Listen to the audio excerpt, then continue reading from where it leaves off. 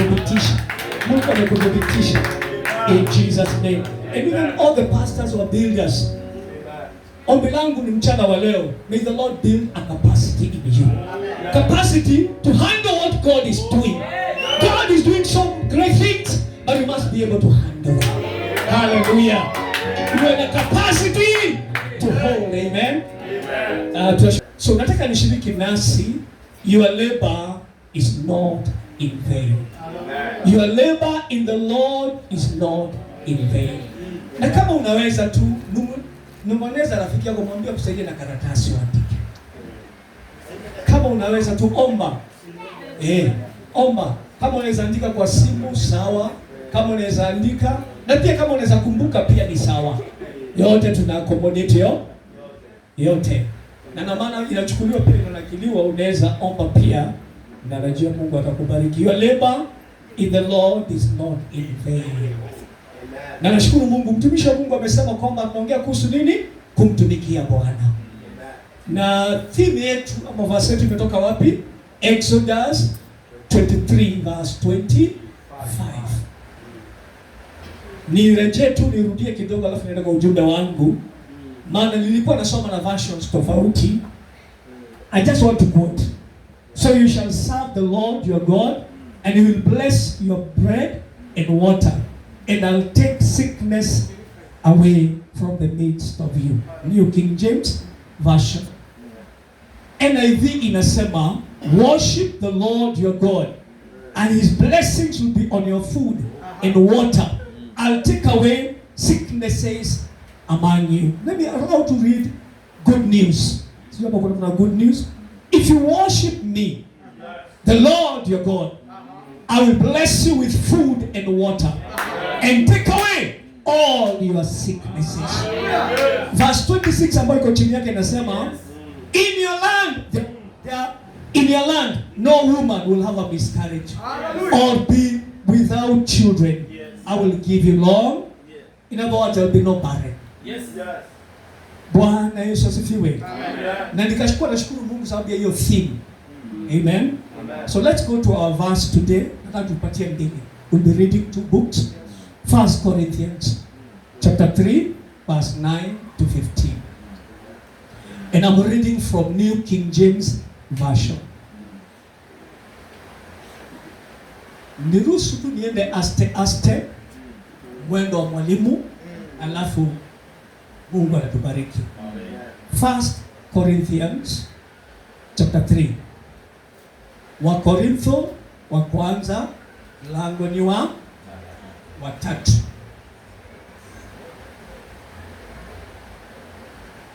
First Corinthians chapter 3 verse 9 to 15. Yangu inasema, narudia tena, nasoma kutoka kwa New King James Version. 1 Corinthians chapter 3 verse 9. For we are God's fellow workers. For we are God's fellow workers. You are God's field. You are God's building. Narudia tena. For we are God's fellow workers. Number 1. For we are God's fellow workers. Sisi ni watenda kazi pamoja na Mungu. For we are God's fellow workers. We builders, we are God's fellow workers. Pastors, we are God's fellow workers. Hallelujah. So can you say that with me? We are God's fellow workers. Tena, we are God's fellow workers. Hiyo ni ya kwanza. Number 2, you are God's building. Sema, I am God's building. I am God's building. We are God's building. Sisi ni jengo la Mungu. So watumishi wa Mungu tumesema nini? Let's start with the pastors. We are God's fellow workers. And us as members, we are God's building. Number 2. Si mbili peke yake. Moja ni builder. Ni nini? Fellow workers. Fellow workers. Amen. Let me repeat once more. For we are God's fellow workers. You are God's field. You are God's building. Kuna mambo matatu hapo imeguzia. Number 1 inasema nini? We are God's fellow workers. Alafu inakuja sema you are God's field. And number 3, you are God's building. Wacha nirudie pole pole bila haraka. Sisi ni watendakazi pamoja na Yesu. Ya pili nasema na nyinyi ni shamba la Bwana, uwanda wa Bwana. Na ya mwisho, nyinyi ni jengo la Bwana. Nyinyi ni jengo la Bwana. Wacha niende haraka haraka nikienda na hiyo mwendo tunakaa sana. Basi ndio kuniambia utamaliza sana hapa.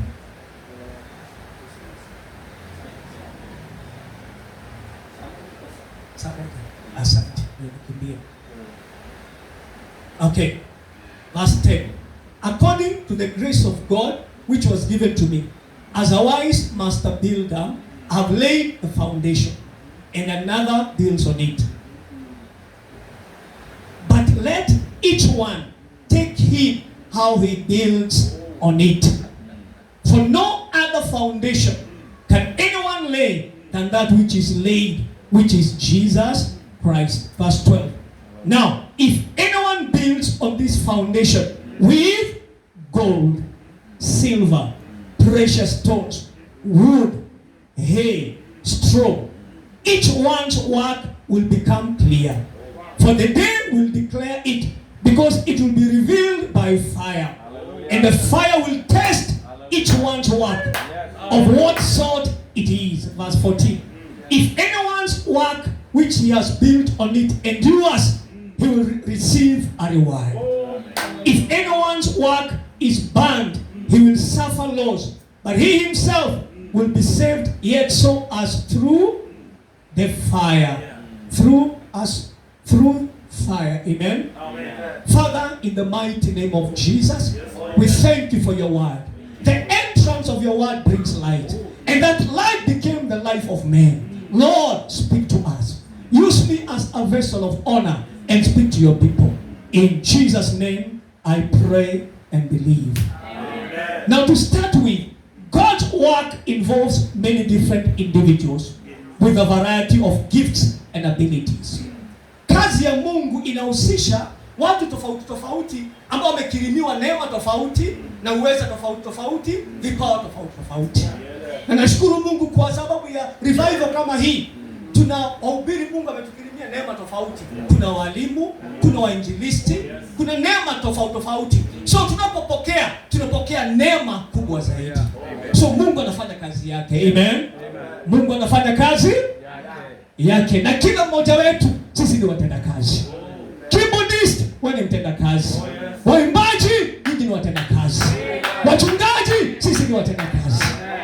Na sote tunafanya kazi hii. Wapendwa, kuna malipo.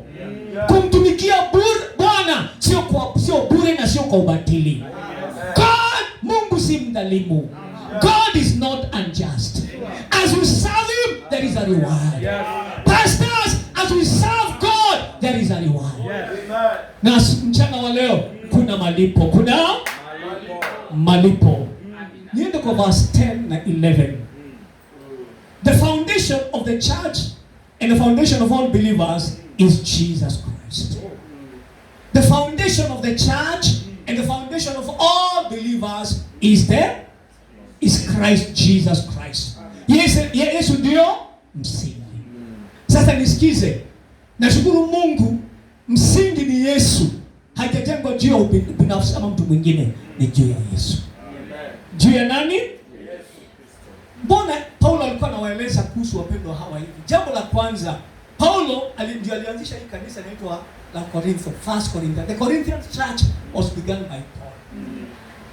Na maana Paul ndiye alianzisha, lakini wakati huu maana alikuwa anaenda kuhubiri sehemu tofauti. Apollos alikuwa amekuja na akafundisha.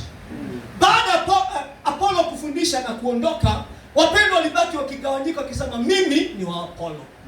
Mwingine akasema maana Paul ndiye alianzisha kanisa, mimi ni wa Paul. Tuko pamoja? Yes. So tunapoanza pamoja the same chapter, 1 Corinthians chapter 3, Anaanza kwa kusema hivi, wapendwa, nilipokuwa nikiwaandikia, sikuwaandikia kama watu walio wa kiroho ama watu ambao wamekomaa. Nimewaandikia kama watu ambao wanakunywa maziwa. Na nikashangaa, mbona Paulo anawaambia hivi? Niliwaandikia kana kwamba ni watu wa binafsi ama wa tabia za mwili. Carnal people. Alafu Paulo anazidi kueleza pale, nauliza, sasa maana mna migawanyiko katikati yenu, kuna nini? Ushuhuda. Kuna nini? Kuna kushindana. Kuna nini? Kuna ubishi. Si basi nyinyi watu wa tabia mwili. Tuko pamoja sasa? Bwana Yesu asifiwe. Kama mnaweza fika mahali mkasema mgawanyike na kuna migawanyiko katikati yenu, basi nyinyi watu wa tabia mwili, si tabia rohoni. Maana watu wa tabia rohoni ni watu wamekomaa. Anajua kwamba hata kama ilo liwalo ni Yesu alitufia, sio Paulo na sio Peter. Ama Apollo. Alafu hapo chini anauliza swali. Anasema Apollo ni nani na Paul ni nani? Mimi nilipanda mbegu, Apollos akanyunyizia. Na yule ambaye analeta kukuza ni Yesu Kristo. Wapendwa, tumeitwa tumfanyie Yesu kazi. Ninaomba wapendwa kanisa hili, usifanye kana kwamba unafanyia mchungaji. Fanya maana ni Mungu unafanyia. Maana thawabu inakuja. Keyboardist, thawabu inakuja. Waimbaji, Mungu anajua kulipa. Anajua kulipisha, anajua kulipa. Amen. Sasa pale chini anawaeleza, nawaambia, mimi niliujenga msingi, niliweka msingi. I build the foundation as a master builder. As a master builder. And another one comes and builds on it. Alafu anasema, let everyone be careful how you build on this foundation. So twende haraka kwa msingi. Nataka kuongea kuhusu msingi. Nikimbie kwanza, let me talk about the foundation. Let me talk about the foundation. So Paul laid this foundation by preaching Christ. Kwa aliweka msingi vipi? Maana yeye ndiye alianzisha hili kanisa, yeye ndiye anahubiria. Yeye ndiye alikuwa kwanza kuwahubiria na kuweka msingi. So kuweka msingi inamaanisha nini? Yeye ndiye alianzisha hilo kanisa, ndiye alikuwa kwanza kuwahubiria. Tuko pamoja? Kila mmoja wetu tuna kiingilio mahali ambapo alimpokea Bwana Yesu. Na nimekuja niwatukumbushe, Yesu ndio msingi wetu. Na msingi wetu hujajengwa juu ya mchungaji, hujajengwa juu ya personality ama principles of men. It's upon Jesus Christ. Who? Jesus Christ. So tunaanzia wapi? The foundation is who? Christ. Number 2. Baada ya Yesu maana ameweka msingi, sasa wale wote ambao wanajenga juu yake, tunaongea kuhusu kujenga juu yake, must build with high quality materials. Must build with high quality. Pastors, let us build the work and do the work of God with high quality materials. Amen. Can I repeat once more? Yes. High quality materials. High quality materials, what do I mean by that? I mean two things. Number 1, have the right doctrine. The right doctrine. Pastors, let us have the right doctrine. Tuwe na mafundisho ambayo ni sound. Mafundisho ambayo ni right. Unajua nimekuja kuona bishop na Jumapili nadhani kuna mihemko ilizidi, maana rais alikuwa mahali fulani, kanisa fulani. And na nikawa nikitafakari, mbona siku hizo wanatoa na shitumu na mambo mengi yamefanyika. Na nasema wakati wa jenzi walimtembelea, hakuna kitu alimpelekea. Na nikawa nikifikiria, nikaona shida ile ambao tuko nayo kubwa sana, msingi sio Yesu. Tumeweka misingi ili tuweze kuvutia watu. So mtu anafikiria kama anatafuta kitu na trend, nifanye kanisani ndio watu wakuje. Nilishe watu na niwaonyeshe kwamba kuna maunga, kujeni, utatoka bila unga. Hiyo ni msingi mbaya.